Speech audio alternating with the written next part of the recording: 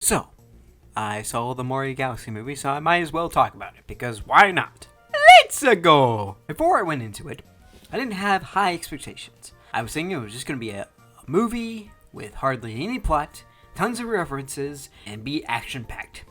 I was totally right, because that is exactly what it was. I'm going to be talking about pros and cons, and then I'm going to go into spoiler territory at the end.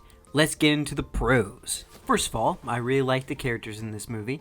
I love some of the dynamics of certain characters. Just like in the first movie, I really enjoy Mario and Luigi's relationship in this. They are so wholesome together. Yoshi was so adorable in this. Him and Luigi made the movie for me. Their dynamic is also pretty good. There was this weird thing with Toad not liking Yoshi for some reason, and later on, his annoyance of him just goes away without notice. I don't understand what the writers were doing there, but I'm not complaining, just a weird idea in my opinion. The father and son relationship with Bowser and Jr. was so cute. One thing I love about Bowser is that he's this cartoonishly evil villain, but such a good father to Jr., minus the teachings of villainy. Bowser Jr. was pretty cool. Not a big fan of the eyes and wasn't a fan of the voice either, but I did get used to it. I hate that his paintbrush doesn't have the EGAT symbol. He created the brush, not Jr. You shouldn't take credit! There is a symbol of EGAT in one scene. It was a weird place to put it, but as a Sunshine geek, I'll take what I can get. Rosalina, who's my favorite Mario princess, is in it as well, obviously. She is the princess of the cosmos. It's not a Mario Galaxy movie without her. She was pretty cool in this, however, she was barely in it, and that is my only problem when it comes to her. Other than that, thought they did her justice in this. So that's all I gotta say about the characters. Now let's move on to the main thing about the movie, which is the references. If you want to watch this for the references, then this is the movie for you, because just like the first one, it's everywhere. There was one franchise I wanted to have reference in this because I thought it would fit the movie, and there is one. It was quick, but it was there. Apparently, there was a Sunshine and Luigi's Mansion reference in the same scene, and I did not see it, and I'm sad because it sounded awesome. Those are my favorite GameCube games of all time. Speaking of Sunshine, the Pianas are in this. They were just background characters, but still, it's cool to see them in it because they're my favorite Mario species. But for me, the number one reference that is possibly my favorite moment in the entire movie is that there are Pikmin in the movie.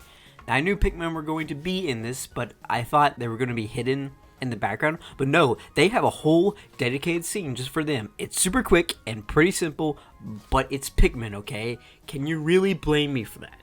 Just seeing them for only a few seconds was the happiest that I felt in the entire gosh darn movie. A few things before we get into the cons. I thought the action in the movie was great, probably my second favorite thing about it. Another thing I liked about this that was also in the first one was that the soundtrack were mashups of the music in the games, which, as a fan of Mario music, I absolutely loved it. Now on to the cons, starting with my number one problem with this movie that was also a problem in the first one. The pacing sucks. It is very weird and too quick. I really wish it would just slow down for a bit.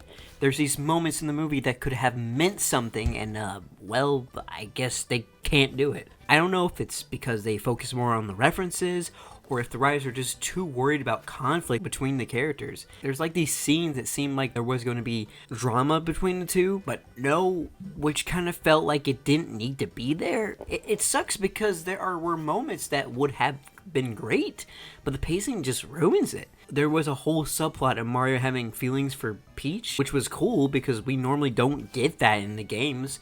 But that subplot was kind of pushed to the side and he never confesses to her. Also, the ending was so rushed that it felt weird. I was like, that's it? That's the end? Very weird way to end. Another thing I hate is Bowser does something out of character. I guess it was a way to move the plot forward, but I thought it was so stupid, but it didn't last long, so it wasn't a big deal, but I really hated it. Last thing of the cons, the jokes. The jokes are not great. There were some that were okay, but some were meh. There was one scene where they used the DMV joke from Zootopia, but it didn't make sense and it had absolutely terrible delivery. It sucked. Zootopia did it better. Like I said, the jokes aren't that bad, but there definitely were poorly delivered ones in this. Mostly the DMV one. Hey, future me here. So I just found out that joke specifically was a reference to something. And I didn't know that because I wasn't in that era, so I wouldn't have known that was a reference. Alright, now I'm finished with the non-spoiling part of this review. I'm now going to go into spoiler territory. If you wish to not be spoiled or want to hear my overall thoughts, I have timestamps. So click on the timestamp thingy-mabobber super kadibby to skip it. Are you good?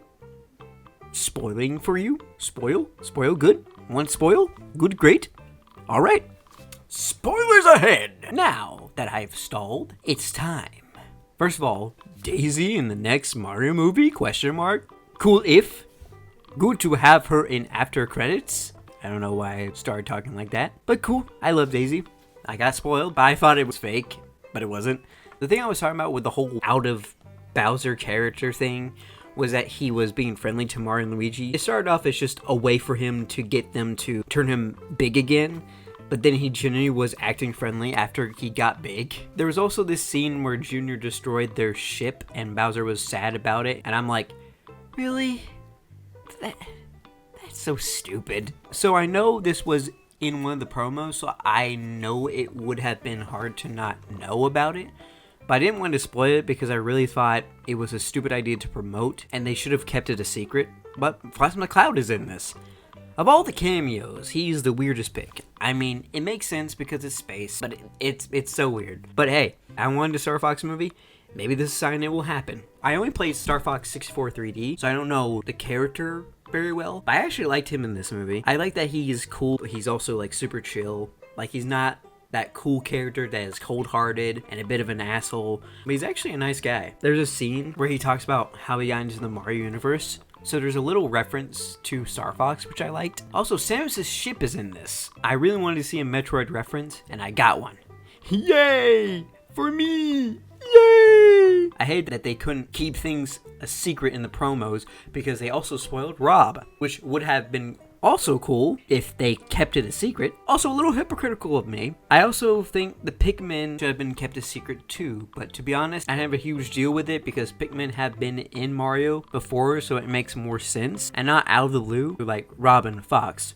So that's why I didn't care that much about spoiling in the non-spoiler section. However, there was one cameo that they didn't spoil, and I'm glad they didn't because it was super hilarious. The Mr. Game & Watch appears in this movie. Luigi at one point steals Junior's paintbrush and uses it to summon him because he's bad at drawing. I legitimately thought Mario and Luigi were going to turn into shadow versions of themselves, but no, Luigi summons Mr. Game & Watch, which makes no sense, but hey, I'll take it. It struck a core memory of mine when my brother and I went to a Smash tournament, and my brother didn't take it seriously, so he picked random and got Mr. Game & Watch. He failed the first round, but he did get a lot of respect that day. Overall, I had fun watching this movie. There were times I did feel a little burnt out by it, but then it got to certain parts in the movie that made me stop feeling that way. Again, it's just what I expected it to be, so I had fun with watching it. I'm assuming they're going to make more of these, so I hope in the future they fix the pacing problem because it is hard to watch sometimes when it comes to that. And if the references is the reason the pacing is bad, I'm fine with them having less of that. I love references, but I really want them to make a plot for once. If you're a big Mario fan or Nintendo fan that loves a bunch of references in movies, I recommend it, but if you are not a Mario fan and you want to watch something with an interesting story, find something else to watch. I also think it's a good movie to watch with your kids as well. I'll give this movie between 6 and 7. I almost said it. I almost said the stupid meme. 6.8 out of 10. Give me the number after that. I'm not saying it because that meme is stupid and you should be ashamed if you find that funny. Anyway, that's the review. I'm out.